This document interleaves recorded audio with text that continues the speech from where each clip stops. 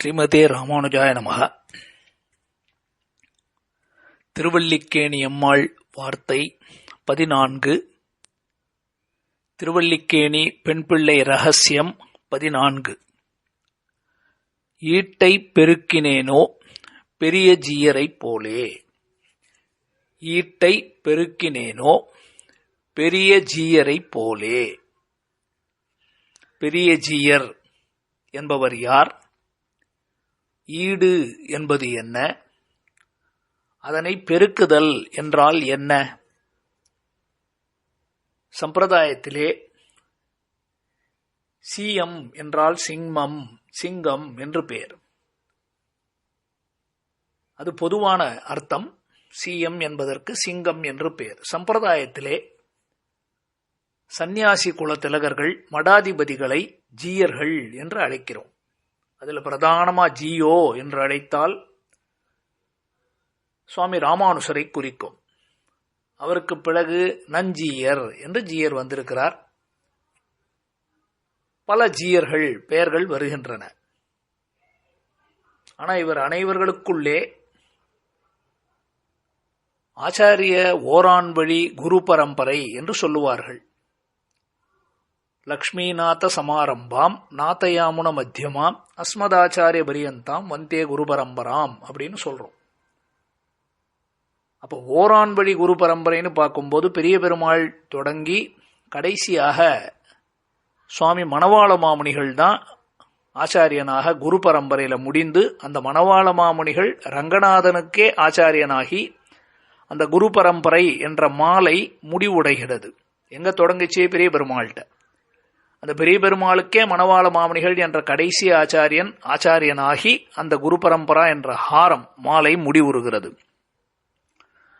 அப்போ சந்நியாச குல திலகராக இருந்த மணவாள மாமுனிகளைத்தான் சம்பிரதாயத்தில் பெரிய ஜீயர் என்று கொண்டாடுவார்கள்.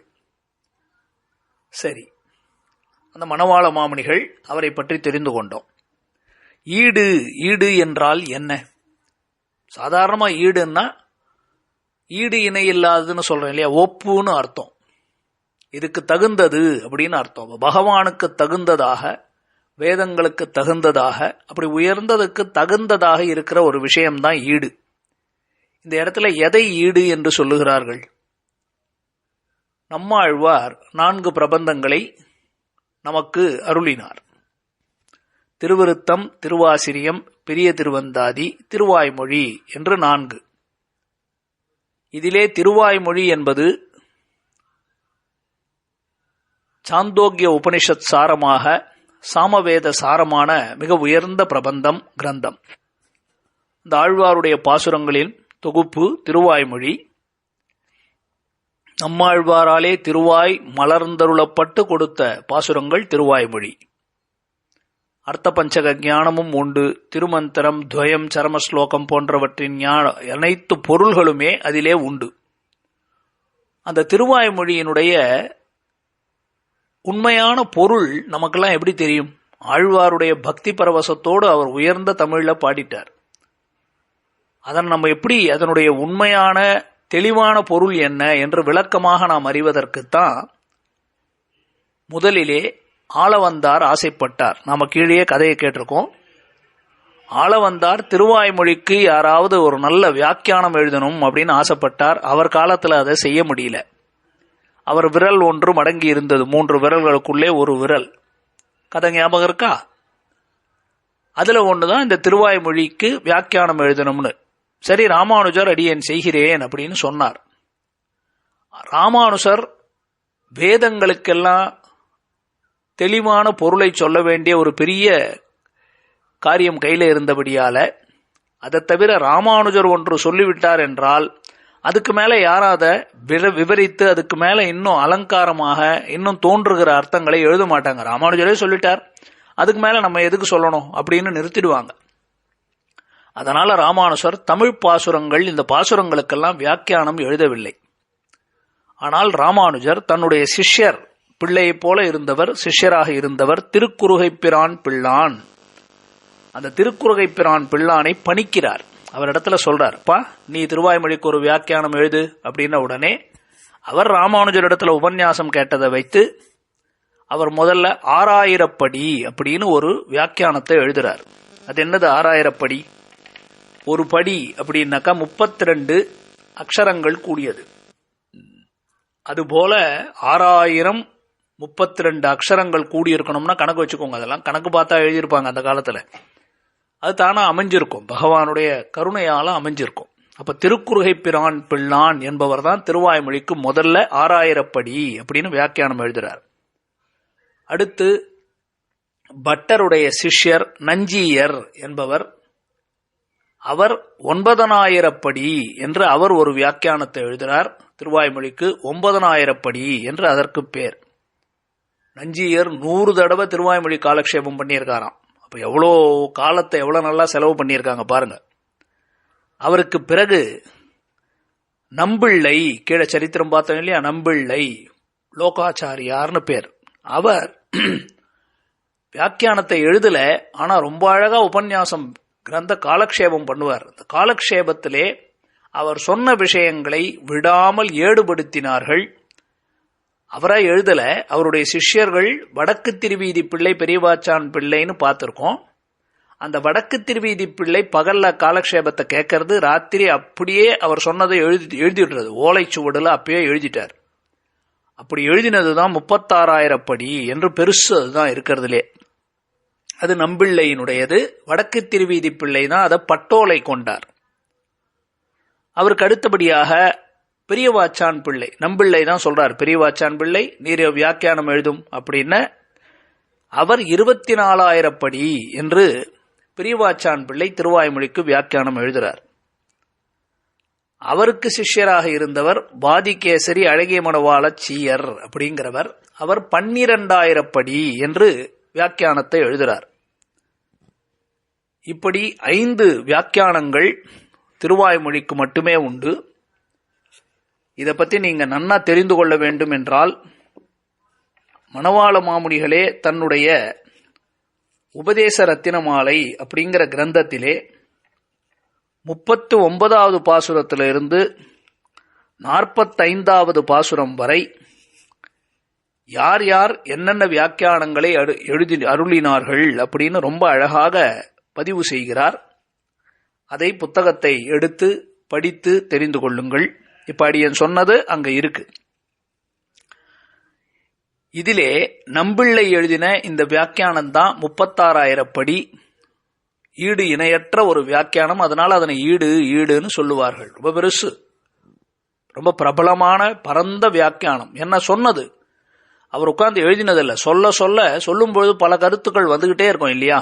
வேதத்துல இருந்து, உபனிஷத்துல இருந்து, இதிகாசத்துல இருந்து, புராணங்கள்ல இருந்து, மற்ற ஆழ்வார்கள் பாசுரங்கள்ல இருந்து, குரு பரம்பரையில இருந்து பல விஷயங்கள் அதுல இருக்கிறதுனால ரொம்ப பெரிய கிரந்தம், அற்புதமான வியாக்கியானம். நம்பெருமாளே, பெரிய பெருமாளே வியந்திருக்கிறார் நம்பிள்ளை செய்கிற இந்த காலக்ஷேபத்தை பார்த்து. இந்த 36,000 படி எழுதினவர் வடக்கு திருவீதி பிள்ளைன்னு பார்த்தோம். அவர் எழுதி தன் வீட்டில் தான் வச்சிருக்கார். திருவாராதனம் பண்ற அந்த பூஜை அறைக்குள்ள வச்சிருக்கார். ஒன்னொன்னா எழுதி ஓலைச்சுவடு. முடிய போற தருணம், திருவாய்மொழி காலக்ஷேபம் முடிய போற தருணத்துல ஒரு நாள் நம்பிள்ளையை தன்னுடைய குடிசைக்கு கூப்பிடுறார். வாங்க சுவாமி, ஒரு நாள் வந்து சுவாமி பிரசாதம் ஸ்வீகரிக்கணும் எங்க வீட்டிலே அப்படின்னு கூப்பிடுறார். நம்பிள்ளையும் வருகிறார். வந்த உடனே பெரியவங்க வந்தா நம்ம வீட்டில் இருக்கக்கூடிய திருவாராதன பெருமாளை அவர்களை கொண்டு பூஜை செய்விக்கணும். நம்பிள்ளையும் அதே போல அந்த அவர் வடக்கு திருவீதி பிள்ளையுடைய திருவாராதன பெருமாளுக்கு நம்பிள்ளை பூஜை செய்கிறார், திருவாராதனம் செய்கிறார். அவர் செய்யும் போது பார்த்தா அந்த பூஜை அறையில ஒரே எக்கச்சக்கமாக ஓலைச்சுவடுகள் இருக்கு. என்னது இது, இவ்வளவு ஓலைச்சுவடு இருக்கே அப்படின்னு கேட்கிறார். அப்பொழுது வடக்கு திருவீதி பிள்ளை சொன்னார், தேவரீர் பகல்ல சொல்ற அந்த காலக்ஷேபத்தை, திருவாய்மொழியினுடைய காலக்ஷேபத்தை ராத்திரில வந்து அப்படியே ஏடுபடுத்தி வைத்திருக்கிறேன் அப்படின்னு சொன்னார். ரொம்ப ஆச்சரியம் அவருக்கு. எடுத்து படிச்சு பார்த்தார் சில ஓலைச்சுவடுகளை, அப்படியே இருந்தது. அவர் சொன்ன வார்த்தைகள் அப்படியே இருந்தது. ஆனா அவருக்கு வருத்தம், நான் உம்மை எழுத சொல்லலையே, நான் பெரியவாச்சான் பிள்ளையை தானே எழுத சொல்லியிருக்கேன், நீர் ஏன் எழுதினீர், உம்மை எழுத சொல்லலையே அப்படின்னு வருத்தப்பட்டார். ஆனா வடக்கு திருவீதி பிள்ளை சொன்னார், இதை நான் வெளி உலகத்துக்கு கொடுப்பதற்காக இல்லை, அடியேன் ஆசைப்பட்டு திரும்ப திரும்ப பார்த்துக்கணும், கேட்டுக்கணும், அதை எடுத்து படிக்கணும்ங்கிறதுக்காக வைத்திருக்கிறேன் அப்படின்னு சொன்ன உடனே எவ்வளவு சிரத்தையா செய்திருக்கார் என்று மனம் மகிழ்ந்தார்.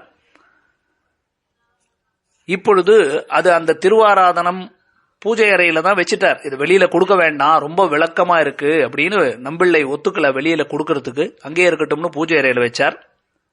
அதுக்கு பிறகு நம்பெருமாளுடைய ஆக்ஞையாலே நம்பிள்ளையே இந்த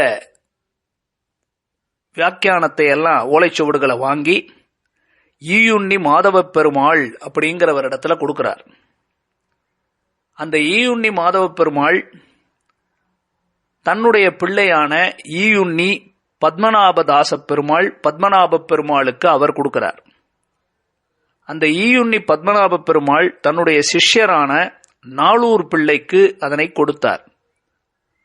நாளூர் பிள்ளை தன்னுடைய சிஷ்யன் மற்றும் பிள்ளையான நாளூர் ஆச்சான் பிள்ளை அப்படிங்கிறவருக்கு கொடுத்தார். இந்த நாளூர் பிள்ளையும் நாளூர் ஆச்சான் பிள்ளையும் திருநாராயணபுரத்துல தான் இருக்கிறாங்க. கீழே கூரகுலோத்தமதாசர்னு ஒரு கதை படிச்சோம், ஞாபகம் இருக்குங்களா? திருவாய்மொழி பிள்ளையை திருத்தி பணி கொண்டார் உமிழ்ந்தேனோ அப்படின்னு பார்த்தோம், ஞாபகம் இருக்கா?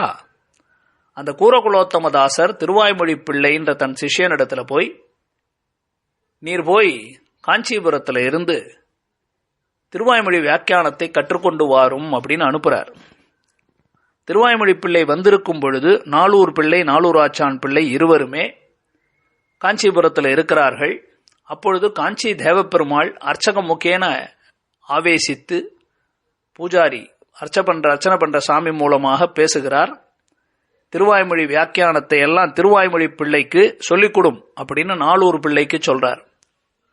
நாளூர் பிள்ளை சொன்னார், ஐயா எனக்கு வயசான நிலைமையில இருக்கிறேன் சுவாமி, அடி எனக்கு அது சொல்ல வருமா அப்படின்னும் போது, உம்ம பிள்ளைய சொல்லும், நீர் சொன்னா என்ன உம்ம பிள்ளை சொன்னா என்ன என்று சொல்ல, நாளூர் ஆச்சான் பிள்ளை இடத்திலிருந்து திருவாய்மொழி பிள்ளை இந்த 36,000 படி வியாக்கியான கிரந்தத்தையும் அந்த ஓலைச்சுவடுகளிலும் அதில் இருக்கக்கூடிய மூலத்தையும் வியாக்கியானத்தினுடைய பொருளையும் நன்றாக கேட்டுக்கொள்ளுகிறார்.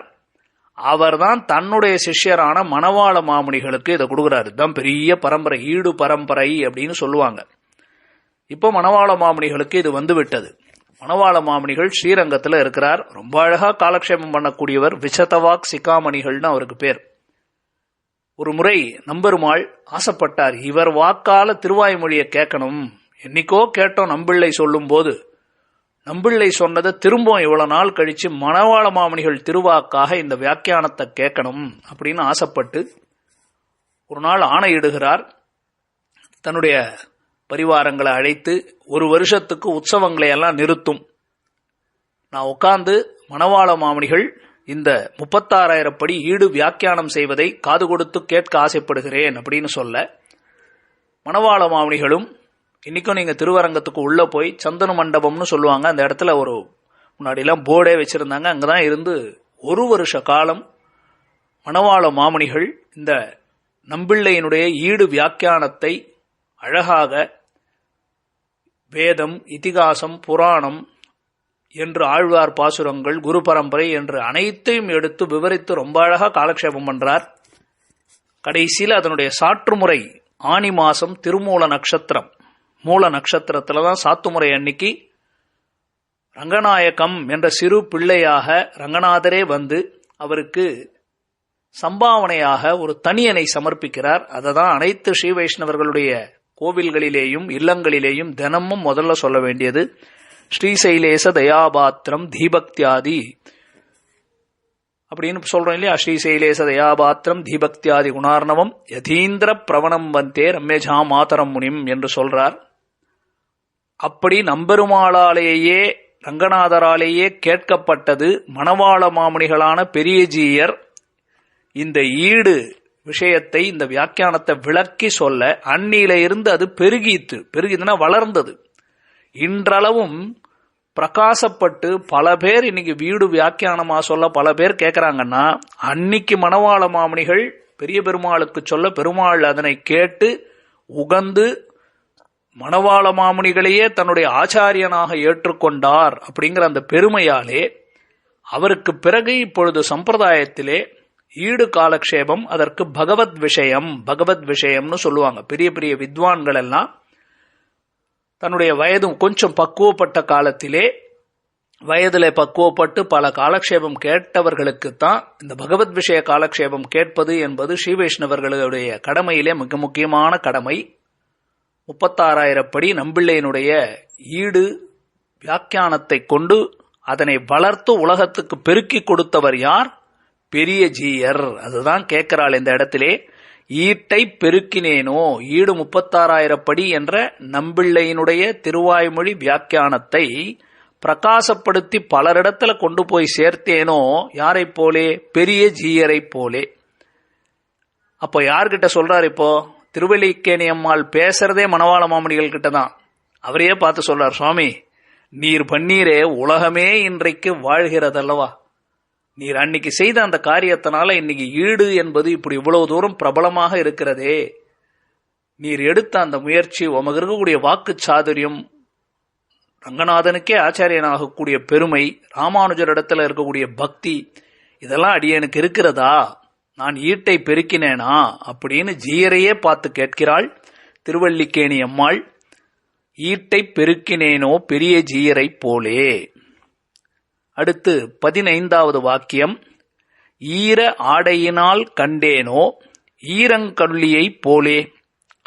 ஈரவாடையினால் கண்டேனோ ஈரம் கொல்லியை போலே. அடுத்த பதிவிலே அனுபவிப்போம். ஸ்ரீமதே ராமானுஜாய நமஹ.